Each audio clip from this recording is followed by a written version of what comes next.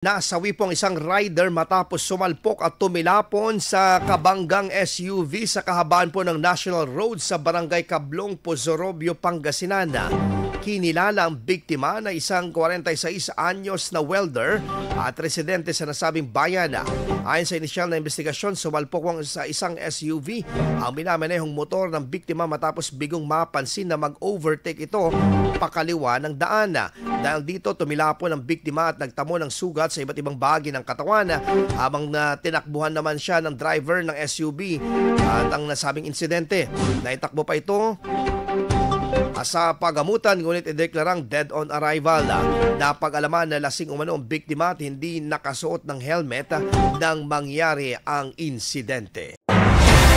IFM News. IFM News. IFM News.